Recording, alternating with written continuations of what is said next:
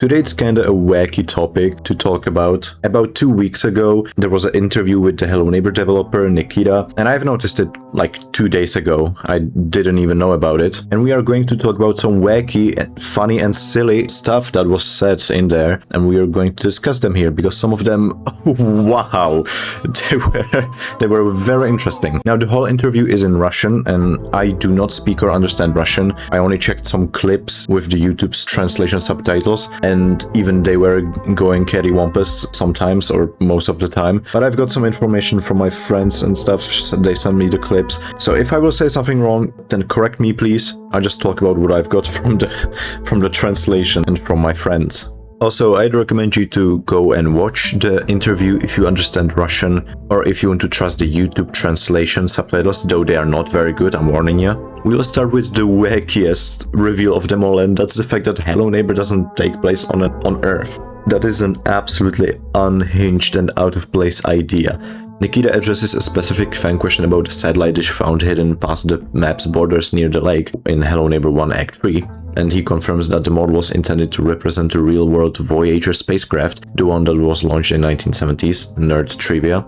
And he explains that it does not really introduce us to aliens, or that we are on an alien planet, but we are just not on Earth, so it can be a simulation somewhere, or a completely different space dimension, I don't know. In his concept, the Voyager left our solar system, traveled through deep space and ultimately crashed onto the alien reality where Raven Brooks exists. If you ask me, I don't know, it sounds absolutely unhinged. It is completely out of place. Suddenly, Hello Neighbor just becomes a sci-fi genre game at this point. First of all, the Voyager. That's a terrible hint. If I would see a satellite in a lake in a weird game such as Hello Neighbor, I would not think of the fact that we are not on Earth. And from what I know, then that idea wasn't completely scrapped. So Hello Neighbor 3 should also take place not on Earth, which doesn't really explain anything since the visuals of Hello Neighbor 3, including the characters, why they are blue and such, was already explained by Nikita. It's supposed to give this eerie, suspicious, uncertain vibe. But this is a whole other dystopian idea. I don't really have much to say to it, but it's crazy interesting. This may create some very funny and interesting fan theories. And maybe it does explain a bit that one space event in Secret Neighbor that I'm not sure if you can still do today, but on one of the maps there's a spaceship that if you activate, then you will travel to the space and get jump scared with Moonwar.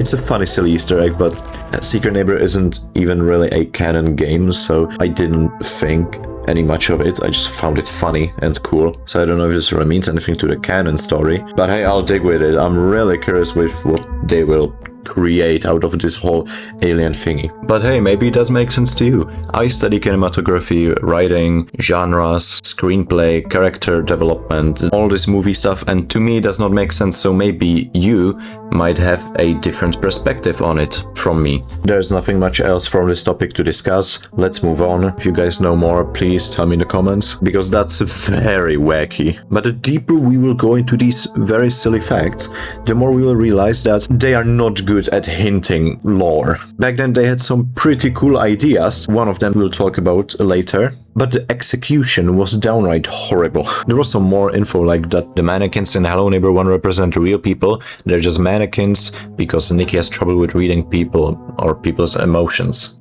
That kind of contradicts the lore part where it's supposed to replace Neighbor's family and stuff and loneliness, which is more basic. This explanation also makes sense, and honestly I like it more. It's just that we barely get to know Nikki in the first Hello Neighbor game. It's difficult to really get to know him. There's no dialogue, we just know basically nothing about his past, right? So how are we even supposed to know that he has trouble with reading people? Like I said, cool ideas, there's no way for us to really understand unless MadPad would just analyze it frame by frame. Now here's an interesting fact. The pre-alpha of Hello Neighbor 1 is supposed to be a liminal space based on a town called Saratov. Now Saratov is a town in Russia, and is famous as the landing site of the first astronaut Yuri Gagarin. But that has nothing to do with Hello Neighbor. I mean, maybe. Now it's an alien planet for some reason. And I tried to get some more knowledge on Saratov, and apparently it was chosen because of its mix of the decaying Soviet-era architecture, the brutalist architecture, which is quite famous for its box-like multi-story apartment, industrial zones. All of these things usually evoke intense feelings of isolation or eeriness and suspension. At least that's what I read about the town. That's the vibe. It was just a cool fun fact, nothing wacky really.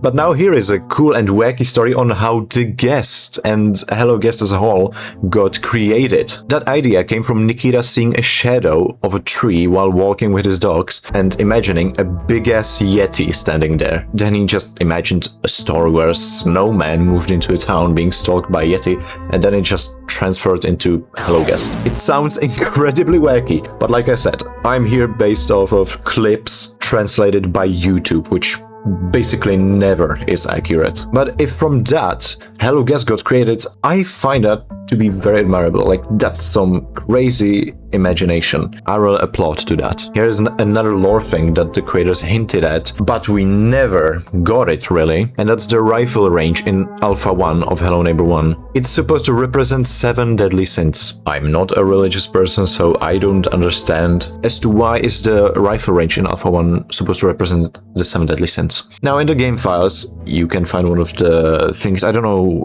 if it's one of the cardboard enemies you're supposed to shoot now, but something in the files is called pride, which is one of the deadly sins. But we are not supposed to understand the story through game files. I never got that piece of lore. It's a very interesting lore, and it would make sense to have a deadly sins reference. I don't think that like this, because it wasn't clear, at least not to a dumbass like me. Because Neighbor was something like a satanist or the devil. There was just some devilish stuff in the early stages of Hello Neighbor. So thematically it makes sense. Execution, once again, I think is terrible. If we didn't understand a lore piece reference, then it was poorly executed. Moving on, the house on the back of the neighbor in Hello Neighbor 1 is a leftover from a father storyline.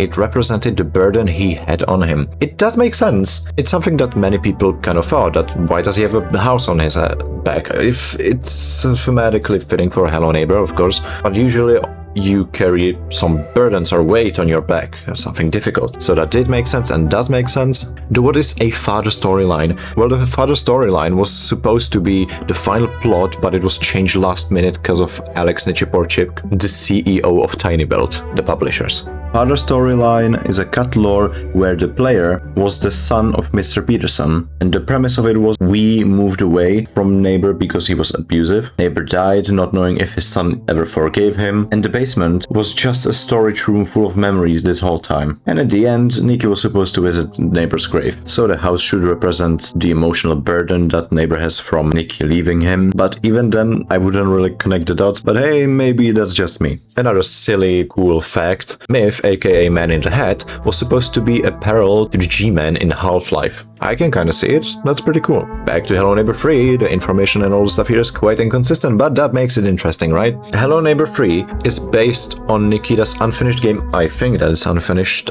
Empathy. Empathy was an unreleased spin-off. It was supposed to take place in Ravenbrooks, and in the ending, the villagers in Ravenbrooks were supposed to create the monument thingy, the structure that is out of bounds in Hello Neighbor 1, I believe. So Hello Neighbor 3 should be inspired by this lore that was supposed to be happening before Hello Neighbor 1 even took place. We're getting to the end game of the funny, silly stuff. Once again, if you don't want to know all the info and other cool things, then please check out the interview if you know Russian or if you want to trust the English subtitles. And it's a long interview. The grave room with the teacher mannequin in Alpha 1, well, the grave was supposed to be a portal that would lead to the hospital room, and it was supposed to represent the main character's need for death and peace in the afterlife. How were we supposed to... It's not in the game. Yes, it's not there. And I think that I know why they cut it, because no one would understand. We know nothing of the character that we play as in Alpha 1. At least I know nothing, because as much as I believe, the lore stuff from pre-alpha and prototypes and stuff was cut. A lot of things were cut. Now a character feeling the need for death and peace in the afterlife, it's something that can be well developed in a character. It can make a character pretty interesting, maybe even fearless, which might be even the reason why we are so brave in Alpha 1 to break into the house, you know? It's not just curiosity, maybe. But there's barely any stories, so yeah, that kind of explains its departure. The surrealism in Alpha 1 is supposed to give the feeling that it's a normal house, but something is wrong. And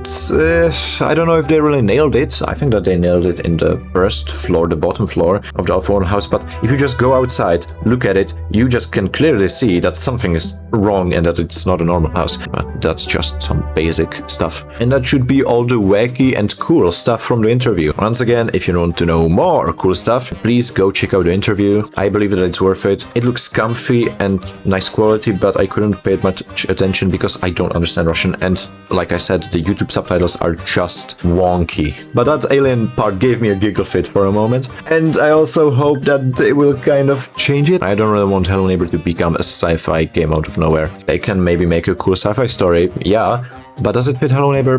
Probably not. Tell me what you think about it once again. Thank you very much, bye bye.